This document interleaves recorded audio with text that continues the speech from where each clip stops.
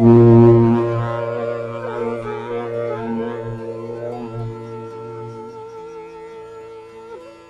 माँ, जय जय माँ। श्री जीवन सूत्र अध्यात्म सत्संग के 44वें दिन के सत्संग में आप सभी का इस मरुधरा पर हार्दिक स्वागत है। परमात्मा की कृपा से हम लोगों को प्रातः प्रातः सत्संग श्रवण करने का अवसर प्राप्त हुआ है। साधक साध्य तक पहुंचे उसके लिए सत्संग भी एक बहुत बड़ा साधन है। सत ईश्वर का ही नाम है और संग ईश्वर का संग करना है। सत्संग का असली अर्थ ईश्वर का संग ही है। उसके बाद जो दूसरी परिभाषा आती है वो आती है कि भले लोगों का संग करना। फिर तीसरी परिभाषा आती है सत्य की चर्चा का संग करना, जहां भगवान की चर्चा हो रही है उसका संग करना सत्संग। फिर और अगर थोड़ा नीचे उतरे तो भगवत नाम संकीर्तन इत्यादि, उसको सत्संग कहा है।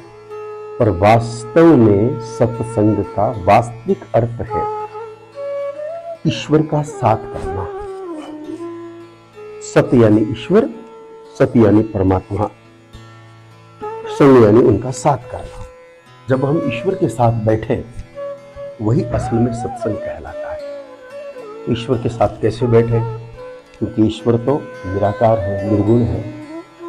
आप कहोगे फिर ये रामकृष्ण, वो तो उनके अवतार है। आवश्यकता पड़ने पर निराकार निर्गुण परमात्मा ने रूप धारण किया और अब वो आवश्यकता पूरी हो गई, वो कार्य पूरा हो गया। उसके बाद वापस वो अपने वास्तविक मूल स्वरूप निराकार स्वरूप में चले। जैसे जल है, जल की कोई आकृति नहीं होती है और जल का अपना पृथक से कोई रंग भी नहीं होता है। वो तो रंगहीन होता है। शुद्ध जल तो पारदर्शी होता है, ट्रांसपेरेंट होता है और आकार भी नहीं होता है। मटके में डालो तो मटके जैसा हो जाता है, ग्लास में डालो तो ग्लास जैसा हो जाता है, तालाब में डालो तो तालाब जैसा हो जाता है। तो जल जो है वह असल में मूल में तो जल है, लेकिन किसी रोगी के दर्द को कम करने के लिए आवश्यकता पड़ी बर्फ की, तो उस जल ने बर्फ का रूप ले लिया, ठंडा हो गया। क्या किया? जल ने रोगी के रोग को मिटाने के लिए आवश्यकता पड़ी तो उसी जल ने बर्फ का रूप ले लिया और थोड़ी देर बाद वापस क्या हो गया? जल। ऐसे ही भगवान निराकार है, निर्गुण है, लेकिन जब साधकों को, भक्तों को, सज्जनों को ऐसी कोई आवश्यकता पड़ती है तो वो कुछ देर के लिए आकार धारण करते हैं, कुछ दिनों के लिए आकार धारण करते हैं और जब वह कार्य पूरा हो जाता है तो वापस वो अपने मूल स्वरूप में मिल जाते हैं। तो वास्तव में तो ईश्वर निराकार है, निर्गुण है। परमात्मा का यही वास्तविक स्वरूप है। तो फिर हम उनका संग कैसे करें, उनके साथ कैसे बैठे? वो आकार रहित है, गुण रहित है, स्वरूप रहित है, तो फिर उनका साथ कैसे किया जाए?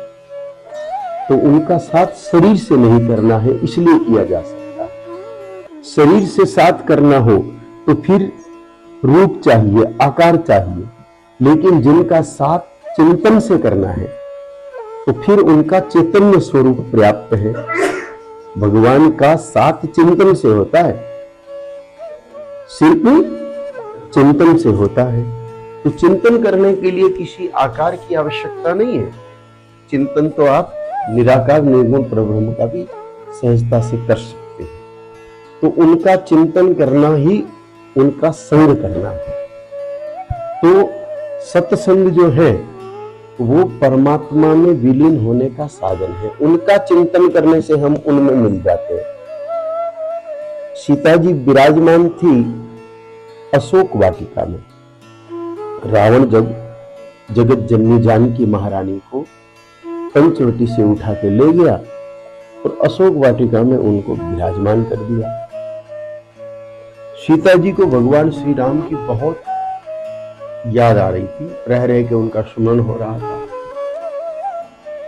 बार बार सीता जी के मुख से राम राम राम निकल रहा था, चिंतन में राम, वाणी में राम। फिर अचानक सीता जी भयभीत हो जाती है। ये बात रामायण जी में लिखी है कि अचानक सीता जी डर जाती है, भयभीत हो जाती है कि मैं ये क्या कर रही हूं।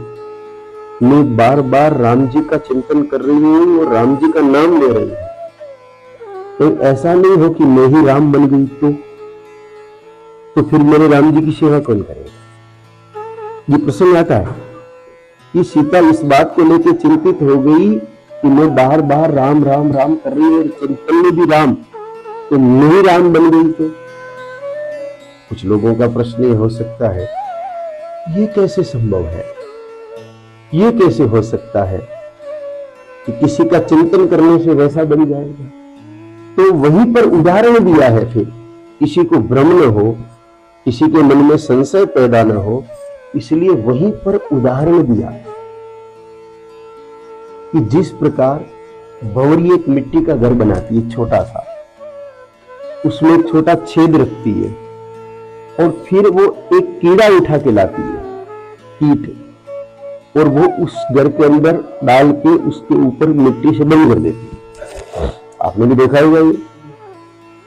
अब वो कीड़ा अंदर रहता है, तो जो भंवरी उस कीड़े को अंदर रख के गई, उस भंवरी का चिंतन करता है वो। भय से करो, प्रेम से करो, जिससे भी करता है वो उस भंवरी का चिंतन करता है कि भंवरी मुझे रख के गई, भंवरी ने मुझे बंद कर दिया, भंवरी भंवरी भंवरी।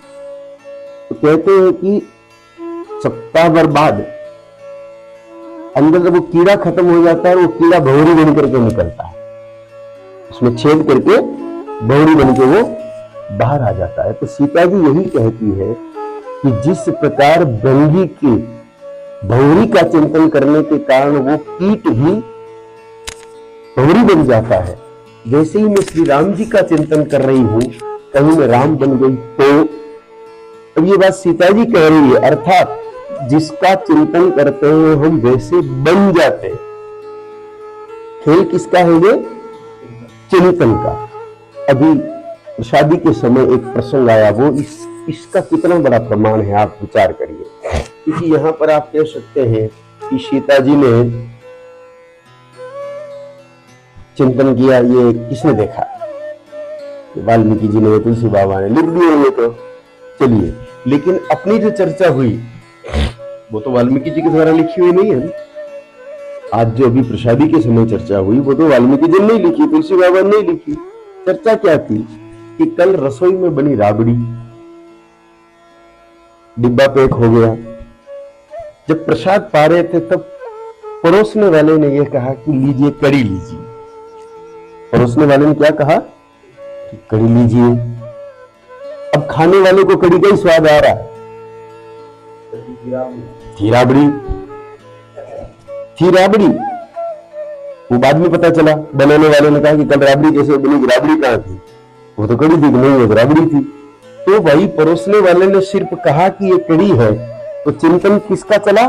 कड़ी का, कि चलो खिचड़ी के साथ कड़ी बनी है तो खिचड़ी में कड़ी मिला के खाते हैं, तो स्वाद भी कड़ी का आने लगा चिंतन के कारण।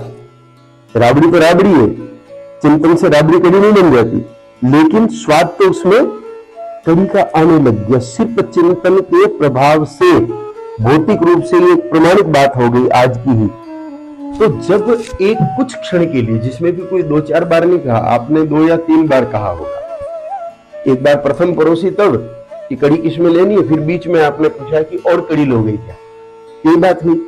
1-2 बार कहने से ही राबड़ी में कड़ी का स्वाद आने लगा। तो जब हम परमात्मा का सतत निरंतर चिंतन करेंगे तो क्या परमात्मा नहीं आ जाएंगे, या हम परमात्मा नहीं हो जाएंगे? कैसे नहीं हो सकते? अब नहीं हो पा रहे हैं, नहीं हो पा रहे, इसका मतलब हमारा चिंतन उस कड़ी के लेवल का भी नहीं। अगर हम अपने भीतर या अपने आप को परमात्मा के भीतर महसूस नहीं कर पा रहे, इसका अर्थ यह हुआ कि अभी हमारा लेवल भगवान के चिंतन में उस कड़ी के लेवल तक भी नहीं पहुंचा है। जितना चिंतन हम उस कड़ी का कर रहे हैं, उतना चिंतन भी हमने अभी भगवान का मन पूर्वक किया नहीं है।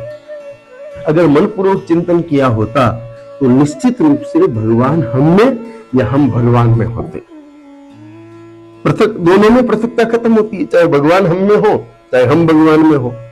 एकता तो हो ही जाएगी, जीव और ब्रह्म की एकता तो हो ही जानी है, जीव और ईश्वर की एकता तो हो ही जानी है। तो खेल वस्तुतः चिंतन का है, सत्य के साथ बैठने का, सत्य का संग करने का अर्थ खेल क्या है? चिंतन का है। सारा खेल चिंतन का है। आप में से नहीं जानकारी कि कितने लोगों ने मिल्क रोज पिया होगा। किसी ने मिल्क रोज पिया क्या आप में से? आपने पिया, आपने पिया। मिल्क रोज में असल होता क्या है? दूध होता है और गुलाब की खुशबू होती है, स्वाद भी नहीं होता है। एक पुड़िया रंग की देते हैं, एक शीशी खुशबू की देते हैं कि थोड़ा तो ये गुलाबी रंग डाल दो दूध में और एक बूंद गुलाब की खुशबू डाल दो। अब वो रंग आंखें देखती है, खुशबू नाक सूंघता है। रंग कौन देखता है? नेत्र। सुगंध कौन सूंघता है? नाक। लेकिन स्वाद जीभ को आने लगता है गुलाब का, जबकि उसमें गुलाब का कोई स्वाद नहीं है ही नहीं। न तो सुगंध में कोई टेस्ट है, न रंग में कोई टेस्ट है, किसी भी प्रकार का कोई स्वाद नहीं होने के बावजूद भी नाक सूंघ रहा है गुलाब की खुशबू को और आंख गुलाबी रंग देख रही है। इस चिंतन मात्र से जीभ को गुलाब का स्वाद आना शुरू हो जाता है और कहते हैं मिल्क रोज बहुत टेस्टी था, जबकि दूध में तो शक्कर का स्वाद था, दूध का ही स्वाद था, उसमें रोज का तो कोई टेस्ट था ही नहीं। लेकिन चिंतन के प्रभाव से वह स्वाद बन जाता है। तो जब हम भगवान का चिंतन करेंगे तो क्यों नहीं स्वाद बनेगा? और कैसे नहीं स्वाद बनेगा? भगवान का स्वाद बनेगा ही बनेगा। तो हमें अब ऐसे, जैसे साकार उपासक है तो साकार उपासक की भूमिका क्या है? यहां मिल्क रोज जैसी भूमिका है। साकार उपासक को जैसे मिल्क रोज वाले को गुलाबी रंग दिख रहा है, वैसे साकार उपासक को मूर्ति दिखती है। उस दृश्य के चिंतन से वो मूल परम तत्व तक पहुंच जाता है। जैसे सिर्फ रंग को देखा और उसमें स्वाद आने लगा, वैसे ही मूर्ति के दर्शन करने से मूल परम तत्व का कहीं न कहीं उसको अनुभव होने लगता है। तो हमें ये अनुभव हो, हमें परम तत्व का अनुभव हो, उसके लिए हमारा कार्य सत चिंतन होना चाहिए, अर्थात ईश्वर का चिंतन होना चाहिए। तो यह ईश्वर चिंतन कैसे बढ़े और कैसे गहरा हो, चिंतन में भटकाव न हो, वह चिंतन वास्तविक रूप से चलता रहे, तो उसके लिए श्रीमद् भगवत गीता जी का आश्रय। और जो पिछले 43 दिन से हम लोग ले रहे हैं, आज 44वां दिन है। तो आइए भगवत गीता जी के आश्रय में बैठ के गीता जी के प्रथम श्लोक के, प्रथम अध्याय के 9वें श्लोक पर जो चर्चा चल रही है, उस चर्चा की तरफ बढ़ते हैं। दुर्योधन कहता है गुरु द्रोणाचार्य से, गुरुदेव हमें कहीं भी चिंता करने की आवश्यकता नहीं है, युद्ध में विजय तो हमारी निश्चित होगी, क्योंकि हमारे पास बहुत सारे ऐसे सूरवीर हैं जो अपनी खातिर, मेरी खातिर अपने जीवन की इच्छा का भी त्याग कर चुके हैं। और वो वीर विभिन्न प्रकार के अस्त्र शस्त्र लेकर के उपस्थित हैं। अन्ये च बहवः सूरा मदर्ते तक्त जीविताः नाना शस्त्र प्रहरणाः सर्वे युद्ध विशारदाः। नाना शस्त्र प्रहरणा, यहाँ हम नाना शस्त्र प्रहरणा को समझने का प्रयत्न करते हैं कि उनके पास अनेक प्रकार के जो वीर योद्धा है, बहुत सारे वीर योद्धा है जो जीवन की इच्छा का त्याग करके आए हुए हैं। वो खाली हाथ नहीं है, वो खाली हाथ नहीं है, उनके पास बहुत सारे अस्त्र भी है और शस्त्र भी है। अस्त्र किसे कहते हैं ये तो आप जानते ही होंगे। और शस्त्र किसे कहते हैं ये भी आप जानते ही होंगे।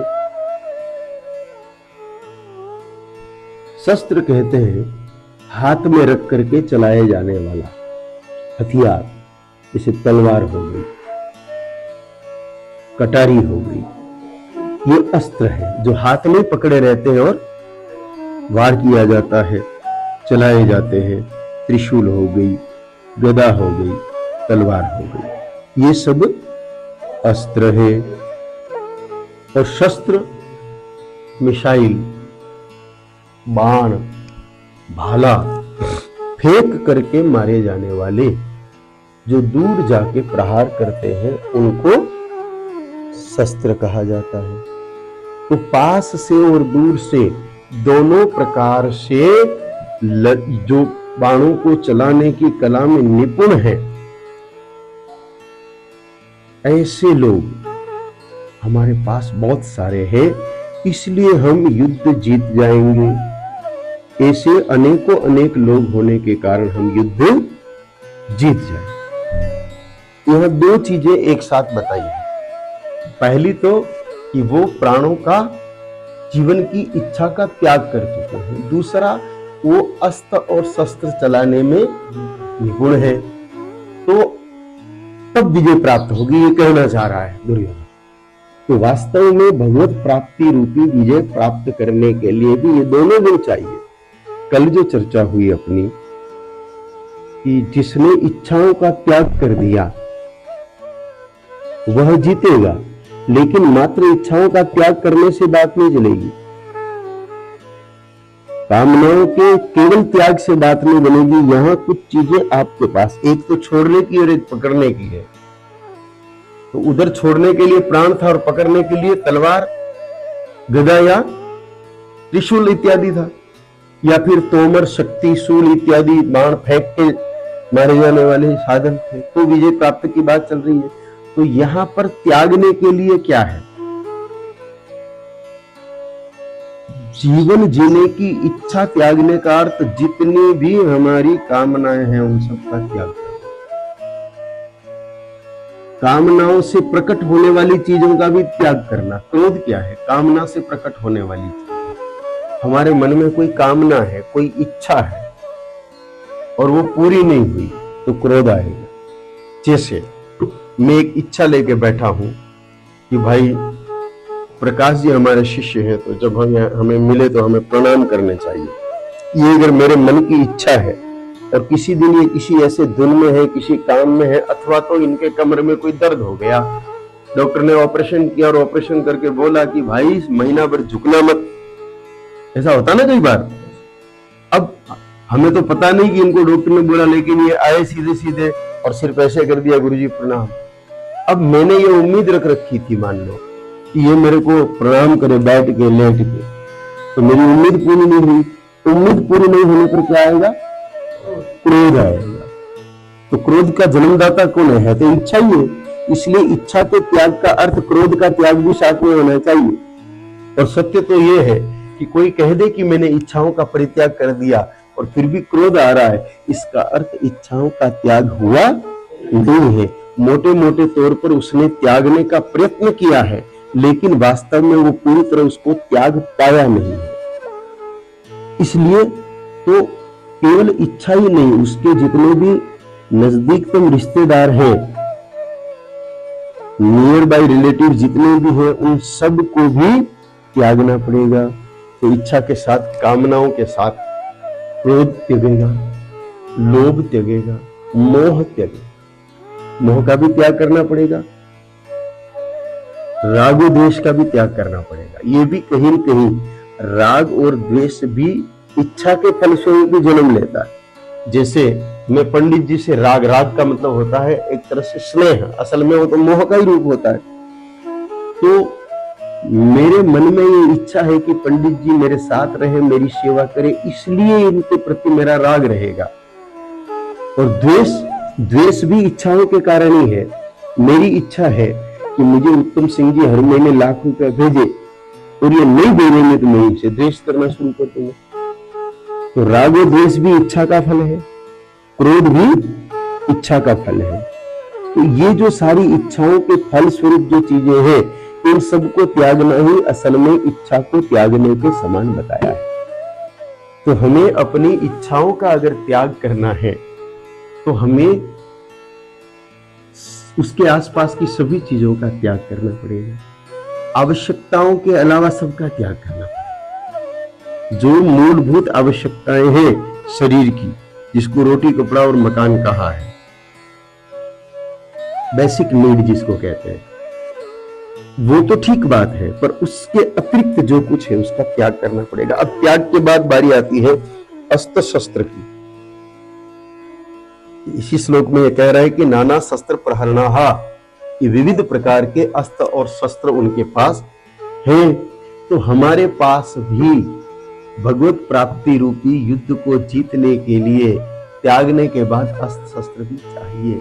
वो अस्त्र शस्त्र क्या है? वो ऐसे कौन से अस्त्र शस्त्र हैं जिनके माध्यम से हम परमात्मा को प्राप्त करने वाला युद्ध जीत सकते हैं, ईश्वर को प्राप्त करने वाला युद्ध जीत सकते हैं? तो सबसे पहला जो शस्त्र है हमारा, वो है सेवा। सबसे बड़ा शस्त्र है।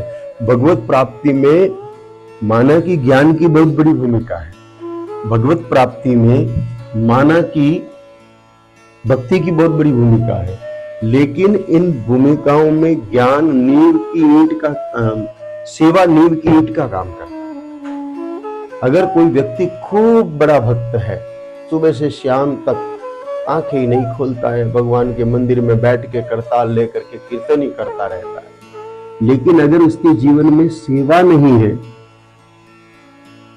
उसकी भक्ति फलित हो ही नहीं सकती।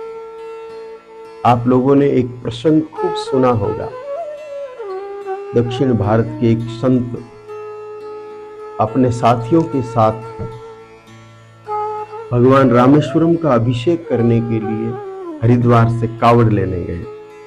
अभी सावन चल रहा है, खूब कावड़ का माहौल भी है, और कावड़ में क्या क्या हो रहा है वो भी आप सबको पता है।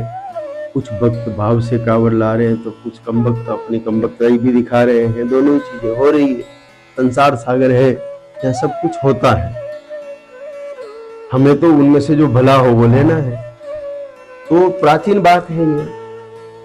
पैदल पैदल वो रामेश्वरम से चले, हरिद्वार गए, और माँ गंगा जी को स्नान, पूजन, प्रणाम, आचमन इत्यादि करके उन्होंने अपने लोटे में जल भरा और एक लोटा आगे एक लोटा पीछे बांध के लकड़ी पर लटका दिया, चल पड़े। सभी साथियों ने वैसा ही किया, और उनके जो संत मित्र थे, शेष संत मित्रों ने भी वैसा ही किया, और वैसा करके वो सब चले। महीनों पैदल चल करके वो रामेश्वरम धाम पहुंचे। मंदिर कोई 200, 300, 500 मीटर दूर रहा होगा। अचानक वो संत की नजर पड़ी कि एक गधा को चक्कर आ गया है। गर्मी के कारण, जल के अभाव में गधा को चक्कर आ गया है, और वो गधा गोल गोल घूमने लगा, और घूम के पृथ्वी पे गिर गया। तो बाकी जितने लोग थे वो तो सब साथ चले गए आगे कि भगवान शिव का मंदिर आ गया, अब जल्दी से अभिषेक करते हैं। इतना दूर से जल लाए, बड़ा उत्साह था। इतना महीना पैदल चले, इतना दूर से जल लाए, कहाँ हरिद्वार और कहाँ रामेश्वरम, एक उत्तर में एक दक्षिण में, हजारों मील की दूरी। लेकिन वो जो संत थे वो उस गधे के पास बैठ गए, और वो समझ गए कि इस गधे को जल की आवश्यकता है। गर्मी के कारण इस गधे के शरीर में विकार पैदा हो गया है, इसलिए ये प्राण त्यागने को आतुर हो रहा है। तो उन्होंने अपनी कावड़ को खोला, और वो जो जल हरिद्वार से भर के लाए थे, वो जल उन्होंने उस गधा को पिला दिया। गधा स्वस्थ हो गया। उधर वो लोग सब मुड़ के देखा तो वो गधा को कावड़ का जल पिला रहा था।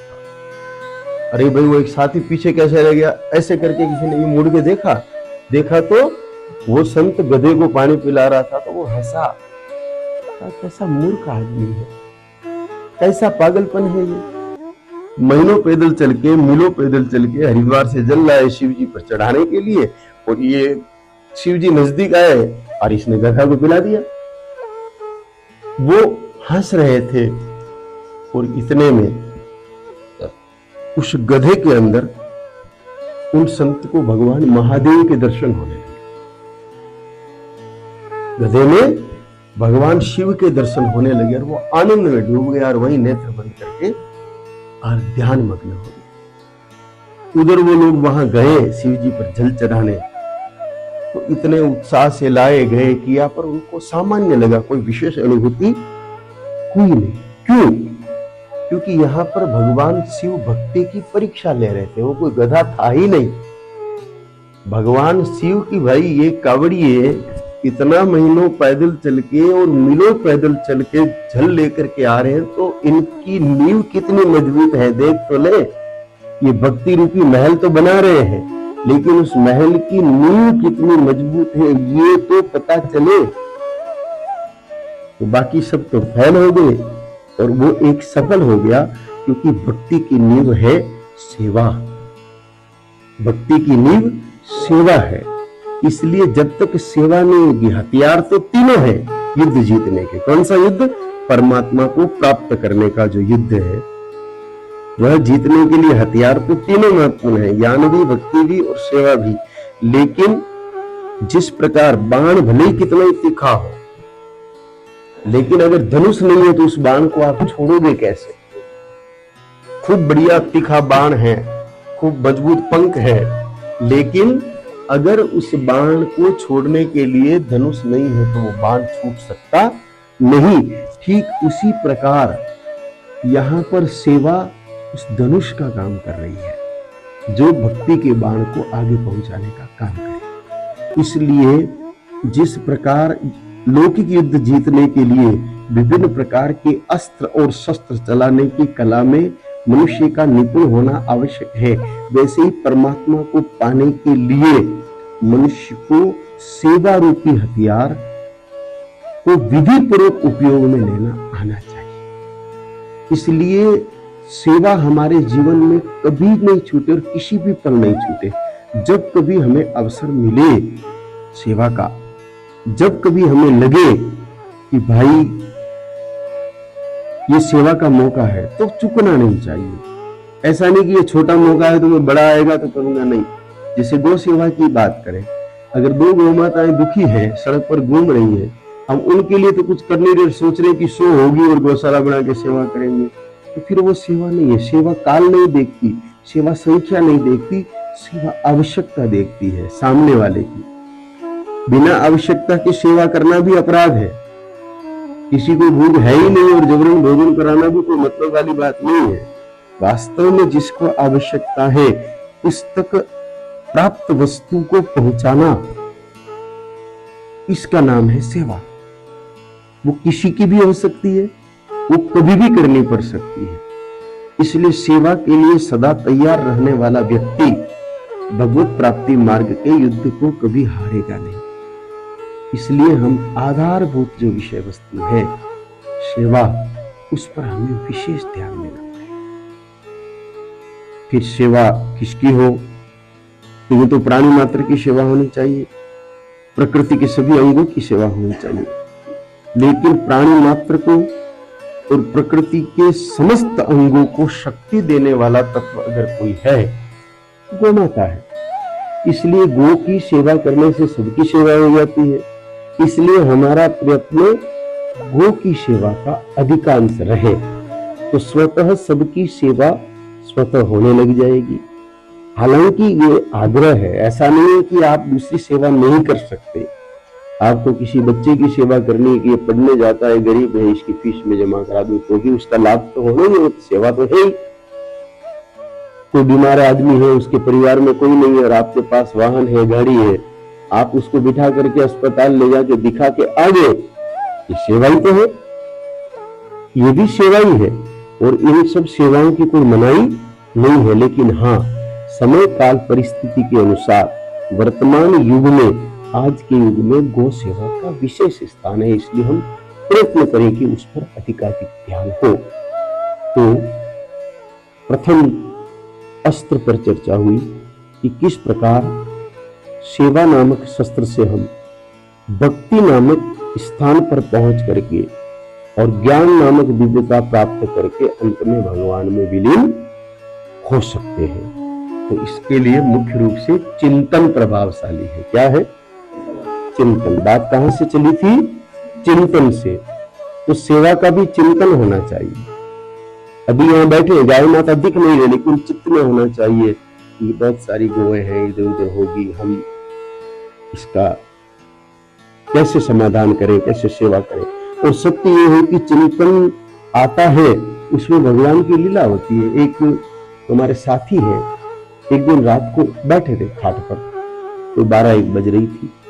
अचानक उनके मन में चिंतन आया, उन्होंने कहा गाड़ी स्टार्ट करो। कमाल की बात है कि गाड़ी स्टार्ट करो। क्या हुआ? अरे स्टार्ट तो करो। गाड़ी में बैठे तो उन्होंने कहा कि मुझे लग रहा है कि इस रोड पे कोई बैल बाबा परेशान है और उनको इलाज की जरूरत है।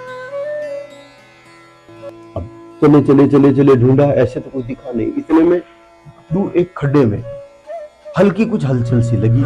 का यहाँ कुछ हो सकता है, देखो। तो वास्तव में वहां देखा तो एक नंदी बाबा कीचड़ में फंसे पड़े थे और फिर उनको वहां से निकाला, उनका उपचार किया। तो चिंतन में जब होता है तो वह वास्तव में प्रकट रूप में आ ही जाता है। इसलिए हमारा चिंतन प्रबल हो। तो मूल चिंतन हमारा क्या हो? मूल चिंतन ये हो कि हमें मनुष्य शरीर प्राप्त हुआ है, असल में मैं आत्मा हूं, मैं शरीर हूं नहीं, शरीर मेरा है नहीं, शरीर मेरे लिए है नहीं, ये तो मुझे भगवान ने दिया है सदुपयोग करने के लिए, लोगों की सेवा करने के लिए। इसकी सेवा करूंगा। मेरा लक्ष्य तो एक ही है कि मैं आत्मा हूं और परमात्मा में वापस विलीन हो जाऊं। तो आज का समय तो पूरा हुआ, इसलिए आज के सत्र को यही विराम देते हैं। जय मां, जय जय मां। ओम।